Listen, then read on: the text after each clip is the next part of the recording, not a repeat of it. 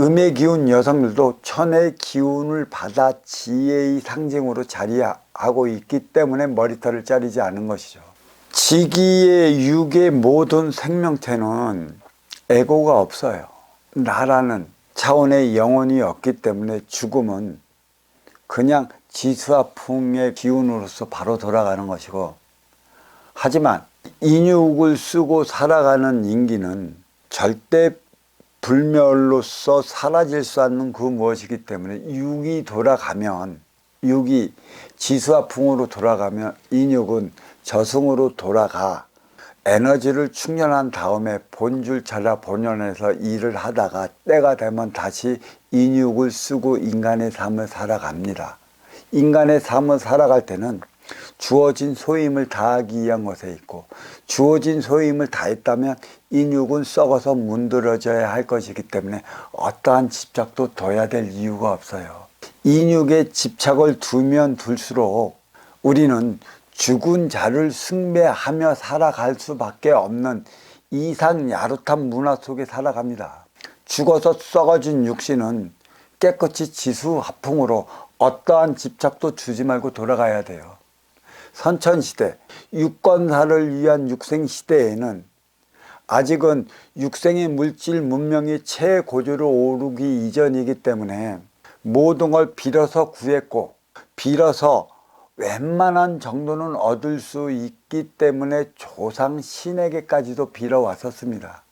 아침에 어머님이 일어나면 정원수에 빌고, 깨끗한 욕차림에 머리맡에 촛불 하나 세워놓고 지극정성으로 자식 새끼 잘되기를 빌기를 기원해서도 그 기운은, 그 기도는 통했습니다.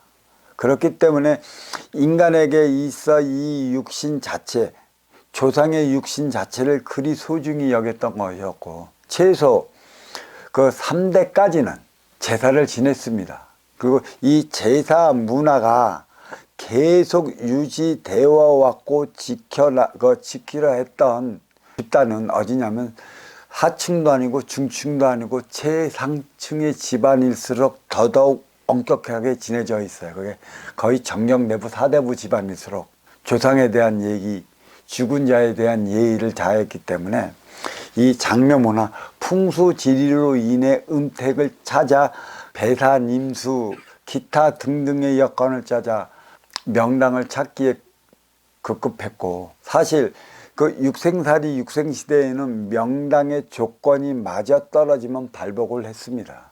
그 기운이 산재했었고, 근데 문제는 그 명당을 찾는 집안이 어디냐면 거의 다 이름 있는 사대부가 집안이고 정령내부 집안이지, 없는 하층의 하층의 서민일수록 명당의 시신을 안착시키고 싶어도 시키지 못했어요. 없는데 심는데 그것. 그래서 이게 우리는 선천시대는 육생살이 육생시대이기 때문에 모순으로 점철되어 왔었고, 그 모순이 무엇인지 모르기 때문에 오로지 자기 권력을 위해, 자기 권세를 위해, 자기가 하고자 하는 육생 경제를 위해 죽어서 부모님을 좋은 땅 좋은 곳에 매장시키려 혈안이 되어 있습니다. 그렇지만 업그레이드 시대는 육생량을 통해 정신량을 부과시켜 인생량을 이렇게 이루어 나가는, 사랑을 통해 행복을 이루어 나가는 그 시대이고, 육생량에 정신량을 부과시켜 나가는 그 시대이기 때문에 이 모순적 사고에 대한 모든 행위는 하늘의 기운에서 기운 줄기를 끊어버렸습니다. 이는 무슨 소리냐면, 명당에 쓴다고 해도 명당의 기운의 줄기는 끊어졌다는 얘기죠. 음택의 집의 조건도 물론 그 햇빛 좋고 바람 잘 들고 시원한 집은 육이 건사하기 좋을 따름이지, 그 집에 산다고 해서 크게 발복하거나 크게 일어나는 일은 없을 겁니다.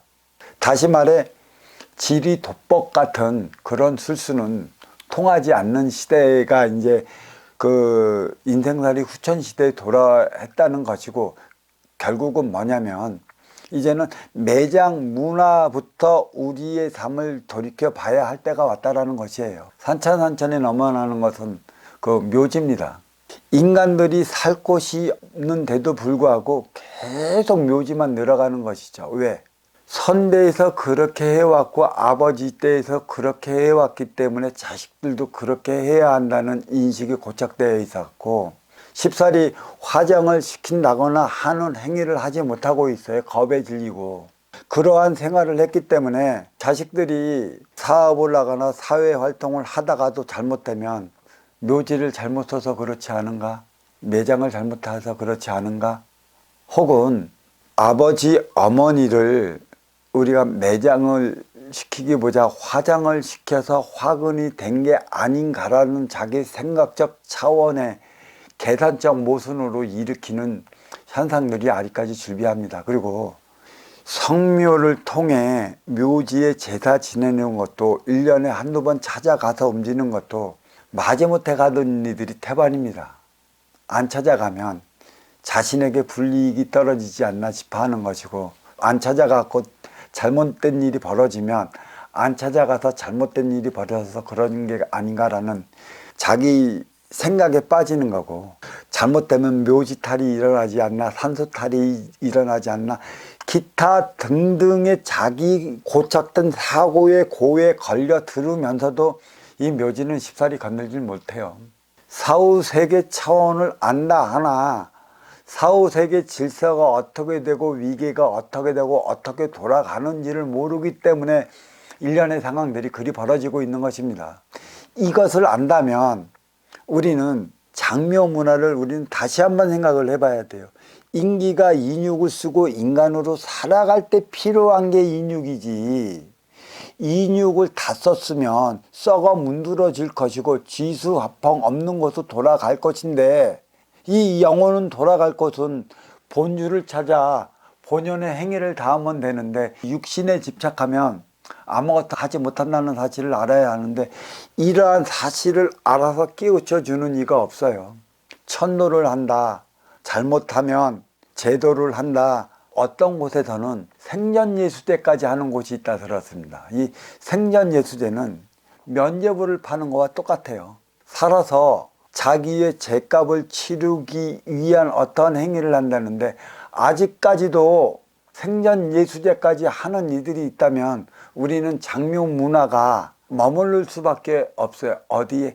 아주 미개한 옛날 차원에 머무를 수밖에 없습니다. 어찌 면죄부를 주고 받을 수 있는 차원의 그 모순을 모르고 지금까지도 돈 주고 산다라는 자기 착각, 자기 다가 장착에 빠져 살아가는지 모르겠습니다. 이걸 깨우치지 못하면 묘지 문화는 영원할 것이고, 이걸 깨우치지 못하면 죽어서 썩어져 없어진 이 그 고기 덩어리에 불과한 육신이 자기 아버지인 줄 알고, 자기 어머니인 줄 알고, 할아버지인 줄 알고, 자기 조상인 줄 압니다.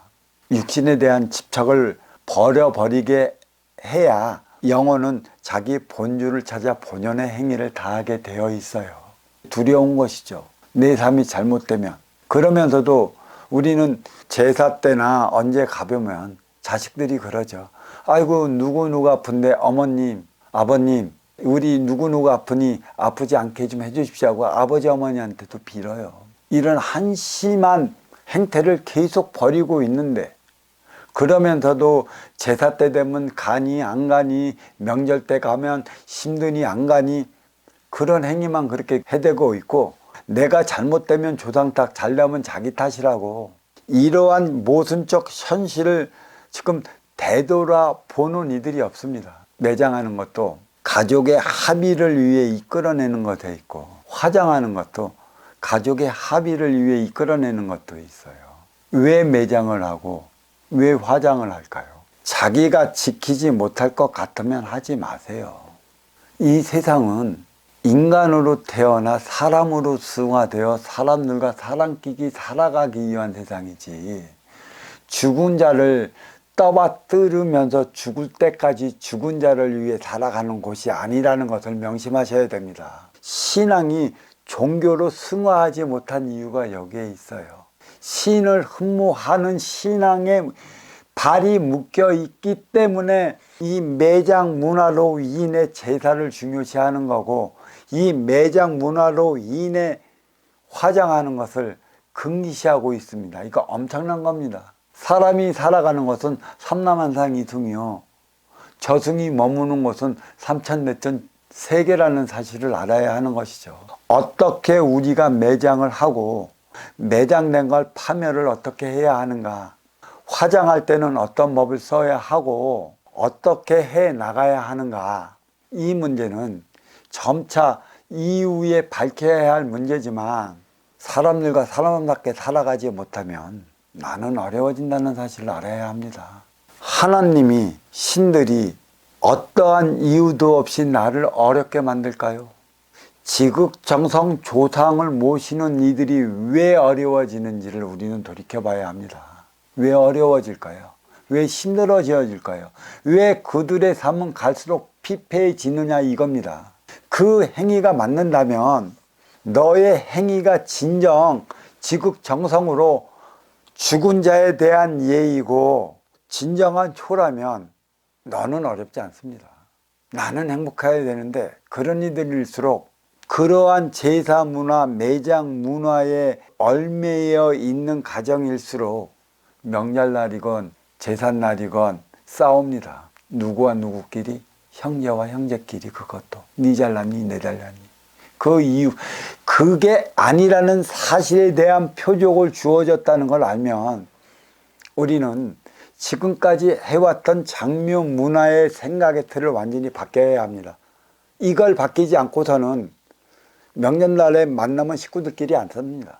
왜 형제들끼리 못 잡아먹고 아웅다웅 거리는 이유가 어디에 있는가? 그 문화가 맞는다면 웃음꽃 피는 명절이 돼야 되는 것이고 웃음꽃 피는 제사가 되어야 되는데, 힘들어하는 것은 며느리들이고 딸내미들이고 어머니들이고, 또 술 먹고 쓰러져 갖고 또 쌈박질이나 해다는 것은 그 가족들인데, 참 볼썽사나운 일이 벌어지는데도 불구하고 이 주어지는 표적의 이유를 우리는 모르고 있습니다. 그래도 계속 이러한 삶을 살겠다면, 죽은 자를 위한 삶을 살겠다면, 당신이 하는 일이고 그대들이 하는 일이기 때문에 내가 무엇이라 말하겠습니까마는, 여기는 사람들 사는 인간 세상이라는 사실을 알면 죽은 자에 대한 예의는 어떠한 지떡도 없이 깨끗이 화정을 시켜 본주를 찾아 본연의 행위를 다하게끔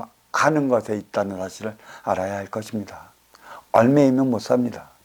나의 어려움은 내 앞에 온 인연과 소통하지 못해 주어진 것이지, 조상들이 뒤에서 나를 밀어주지 못해 나를 어렵게 만들지 않는다는 사실을 알면 됩니다. 내 앞에 온 인연은 바람이요 물결이며 햇빛이라는 사실이죠. 나 하기 따름에 달리 나타나는 작용 반작용의 법칙, 상대성 원리가 인문으로 그려졌어요. 작용 반작용의 법칙, 인생 반정식이 적용된다는 사실입니다. 내가 너를 득되게 하면 너도 나를 이루게 할 것이고, 내가 너를 미워하면 너도 나를 미워할 것이다.